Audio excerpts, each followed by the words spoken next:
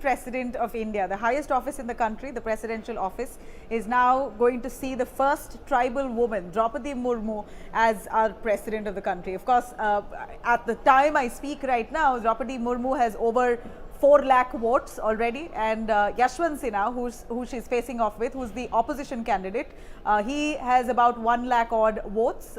So we were looking at a clear lead of Draupadi Murmu, and it's certain, and almost certain in fact, that Draupadi Murmu indeed is going to be the next president of India. This is a matter of pride. We should take it as a matter of pride, considering that she's a tribal woman, a teacher with very humble background and beginnings, has now managed to reach the presidential office. So this is an NDA candidate. In fact, many of the opposition parties also, like for example, the YSRCP of Andhra Pradesh, TDP.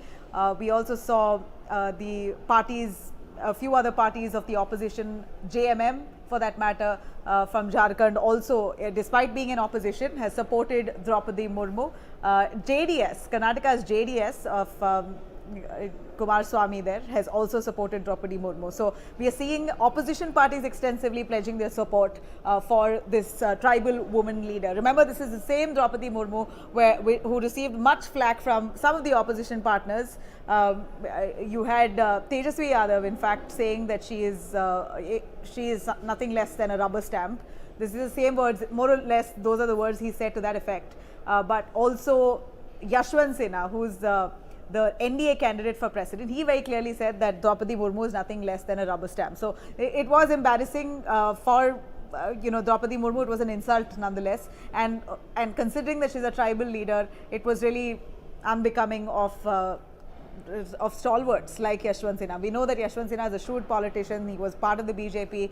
He is now an NDA. He is now the UPA candidate, joint opposition candidate. He's joined the TMC, but yet shouldn't have stooped to lows to call her a rubber stamp. Not only is it insulting to a tribal leader, it's also insulting to a woman. Draupadi Murmu, let me tell you, is a woman of much perseverance. She's really risen up the ranks, come from a grassroots level worker to where she is today. Her fame happened in 2017. Let me give you a quick background. So she now is all set to be the 15th president of India. Let me tell you, if you might want to know how much a president of India gets paid. 5 lakhs. That's what we hear, that the president of India gets paid 5 lakhs monthly, and this is possibly the highest paid government office in the country, and it's also the highest office, right?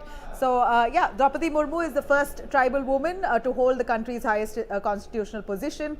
So she was a school teacher, then became an MLA, and then became a minister. First woman tribal governor. She was a governor of Jharkhand, and now she resigns as the governor to become the 15th president of India. So Draupadi Murmu's life is also quite a journey. We know that she's had a tough life throughout. She's lost her very close family members. So to give you an understanding on that, we hear that Draupadi Murmu had married in 2014 a banker, Shyam Charan Murmu, who died in 2014. Unfortunately, the couple had 2 sons and a daughter, and the 2 sons also passed away in a span of 4 years.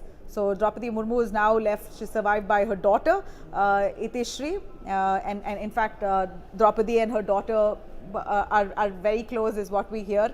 And the daughter married a rugby player, Ganesh Hembram. In fact, Draupadi's brother, Tarani Sen, also lives with Draupadi in the house where she hails from, Odisha, Rairangpur. In fact, after being, just before she was the governor of Jharkhand, she was in fact staying at that house, Rairangpur in Jharkhand, and in Odisha, and we saw that house. In fact, now that she's going to be very soon announced as a president of India, our reporters have already gone to her hometown, and we see what a humble life that she has, in that village where you have all huts, almost huts, thatched roof. We see Draupadi Murmu, despite being an MLA, a minister, and the clout that she held at one point, she still has a very humble house made of concrete. I'm saying that specifically because the other houses there are all thatched roof.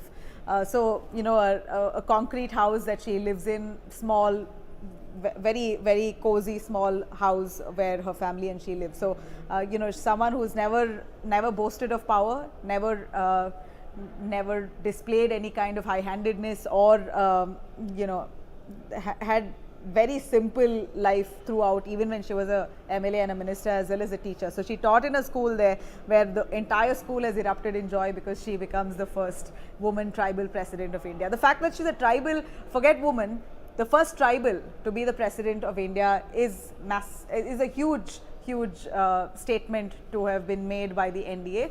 Of course, kudos to the NDA for coming up. And it's not like the BJP hasn't done this for political dividends. It's very clear that they are, and why not? Every political party does it. Every political party will choose a candidate that will gain some kind of political dividends for them and which will make them look good.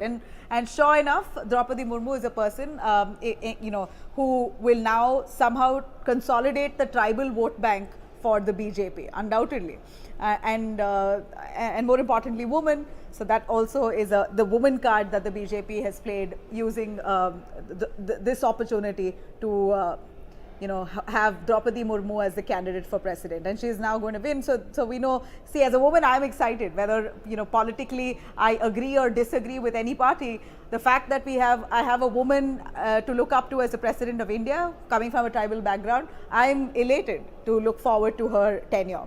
So yeah, Draupadi Murmu, she was born in 1958 in Uparbeda village of Odisha's Mayurbhanj district, and she belongs to the Santhal ethnic community.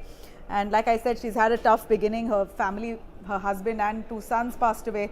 So she started a political journey, her career in 1997 as a councillor in the Rajrangpur Nagar Panchayat. Then she came into limelight in 2017 when she was already rumoured to be a BJP's pick for presidential election that year. So the BJP has been thinking of Murmu since 2017. And this time it appears she got her turn. So she was serving as the governor of Jharkhand, and a person who's considered to be very soft-spoken, affable. So she's held various positions in the party as well. So she's come as a grassroots worker to become a minister.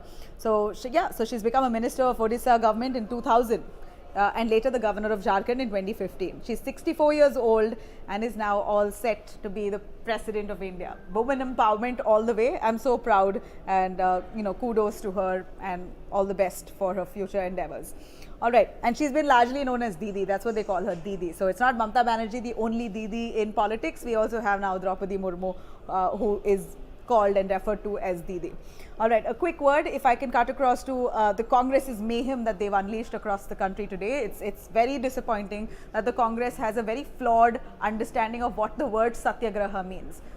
Silent, peaceful protests. That's what they said they're going to do. But what we see in different parts of the country today, Congress has literally unleashed violent protests across the nation, where we see the Youth Congress members extensively burning vehicles, indulging in arson, indulging in pockets of violence in many parts, and that's really disrupted normal life. People in general, the public at large, are thoroughly disturbed with the kind of road blockages and the trains being blocked, cars being burnt in the middle of the road. This has really thrown normal life out of gear, and most importantly, this is being done. The Congress has come together as a united front. Usually we've seen Congress to be bickering internally, but they've come together as a united front in support of Sonia Gandhi, in solidarity for a cause which is so bizarre, because it is a Enforcement Directorate's investigation into corruption allegations in the National Herald case, which they're investigating Sonia and Rahul Gandhi. Let the investigations complete,